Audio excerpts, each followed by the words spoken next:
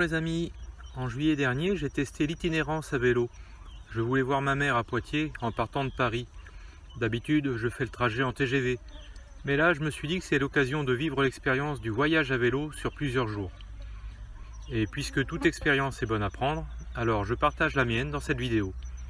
Je parlerai de ma préparation physique, du choix du parcours et du matériel, avec un bilan pour finir. Alors tout d'abord le parcours. Je donne la priorité à la sécurité et au plaisir, comme en vélo taf. Donc, si possible, des coins jolis et loin des voitures.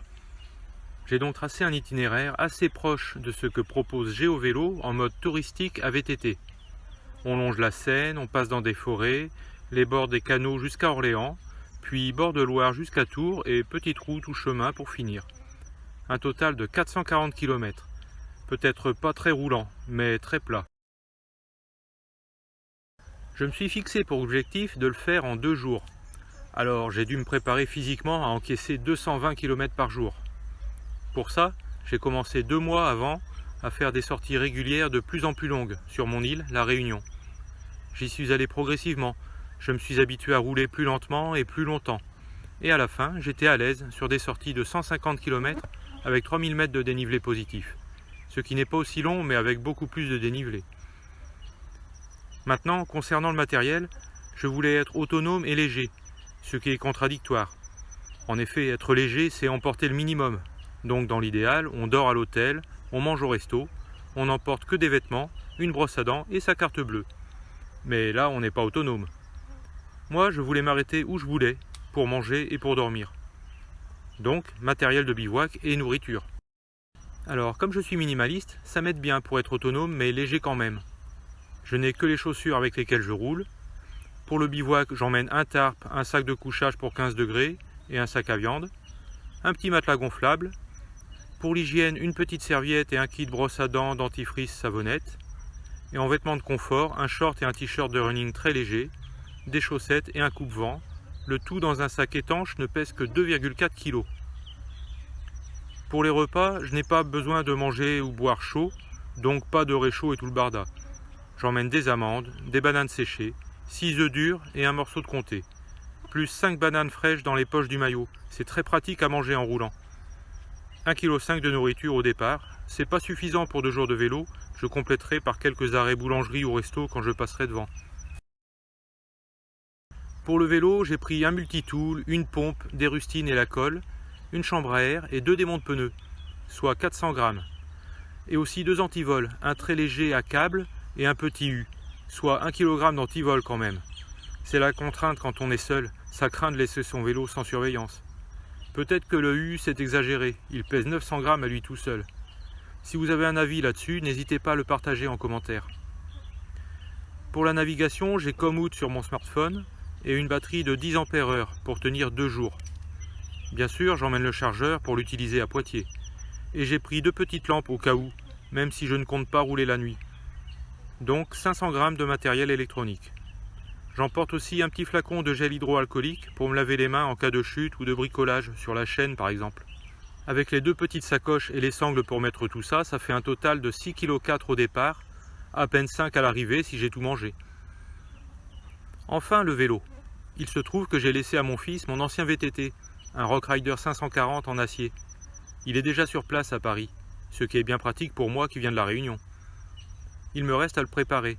Je suis arrivé en métropole avec ma selle habituelle et mes pédales automatiques, ainsi que mes prolongateurs de triathlon pour avoir une position plus aéro ou plus reposante. J'ai bricolé un support pour fixer le smartphone entre les prolongateurs. Et voilà la bête! Sur place, j'ai acheté 2 pneus neufs, des Continental Race King, réputés très roulants. Et j'ai trouvé sur le bon coin des cornes de vache que j'ai installées entre les poignées et les shifters, pour faire une prise comparable aux mains sur les cocottes sur mon vélo de route. J'ai nettoyé et lubrifié la chaîne, elle était très sèche, et j'ai réglé les freins, c'est tout. Les nouveaux pneus ne passaient pas, alors j'ai enlevé les garde-boue.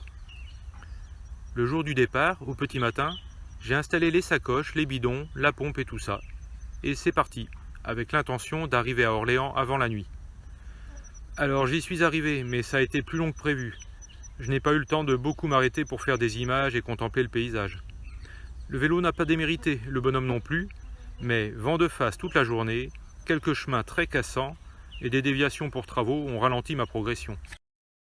J'ai donc bivouaqué à la sortie d'Orléans, dans un coin discret, à la tombée de la nuit. Le sol était si sec que j'ai dû utiliser l'antivol comme marteau pour planter les sardines.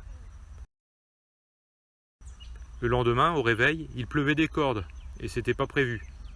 J'ai consulté l'animation satellite, et ça laissait penser que la pluie cesserait vers 8h30. J'ai donc préféré attendre au sec, sous mon tarp, la fin de l'averse. Et donc, départ vers 9h, avec encore du vent de face, je me suis dit que c'était mort pour Poitiers à vélo. J'irai jusqu'à Tours, où je prendrai le TER pour Poitiers. Sur mon chemin, assez vite, je croise un itinéraire balisé la Loire à vélo.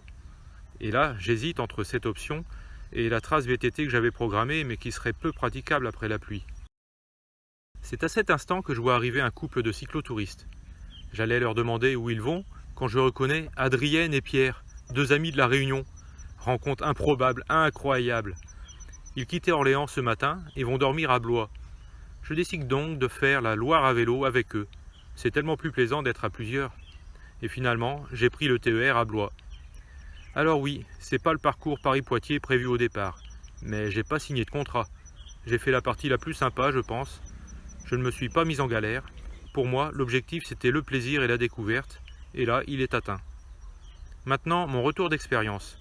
Déjà, les œufs durs en vrac dans la sacoche de sel, c'est bien quand on reste sur la route, mais c'est pas une bonne idée en VTT qui secoue. Quand j'ai ouvert ma sacoche, j'ai découvert une bouillie d'œufs avec des morceaux de coquilles dedans. Une horreur. J'en ai perdu la moitié. Et j'ai dû tout nettoyer dans la sacoche. Donc à l'avenir, en VTT, les œufs durs, c'est dans les poches du maillot, quitte à en emmener moins. Sinon le reste, c'était bon. Les 6 kg de bagages se faisaient oublier, bien fixés sur le vélo. Côté bivouac, c'est une configuration que j'avais déjà testée en randonnée en montagne, donc c'était déjà validé. Pour les vêtements, j'ai tellement roulé longtemps que je n'ai pas pu utiliser mon short et t-shirt de détente. Mais c'est quelque chose que je garderai. J'ai utilisé le coupe-vent toute la deuxième journée car il pleuvait souvent. C'est pas un vrai vêtement de pluie, mais pour un minimaliste, c'est suffisant. J'avais juste un peu froid pendant les averses, parce que je roulais tranquille, mais rien d'insurmontable. Juste de quoi se sentir bien vivant. Après, ça séchait même assez vite, entre deux averses. Donc globalement, rien à enlever, à part peut-être le U, et rien à ajouter. Pour un voyage de plus de 2 jours, je prendrai quand même un cuissard et un maillot de rechange. Et c'est tout. Le vélo, lui, il était carrément super. Roulant et confortable, des vitesses qui passent nickel, des freins très bons. Comme quoi un VTT de 95 de bonne facture, ça vieillit très bien. Et au vu des vélos que j'ai rejoints et déposés le premier jour, je dirais même que mon VTT, avec son poste de pilotage modifié et ses pneus roulants, remplace correctement un vélo de gravel. Et quel que soit le vélo, en plaine, les prolongateurs sont une très bonne idée. Bref, pour tout vous dire, les 220 km en 12 heures du premier jour, c'était de loin la plus longue sortie de ma vie. Et pourtant, j'étais prêt à remettre ça le lendemain. Enfin, concernant le parcours, je me suis régalé, parce que j'étais bien préparé. Si on veut profiter du trip et se faire plaisir, c'est important d'avoir le physique qui permet de ne pas subir, d'être à l'aise. Au sujet de la préparation, mes sorties étaient plus courtes, mais avec beaucoup plus de dénivelé. Et ça s'est révélé suffisant pour encaisser du plus long sur le plat. Voilà, si ça a pu vous aider, c'est tant mieux et je vous dis à la prochaine.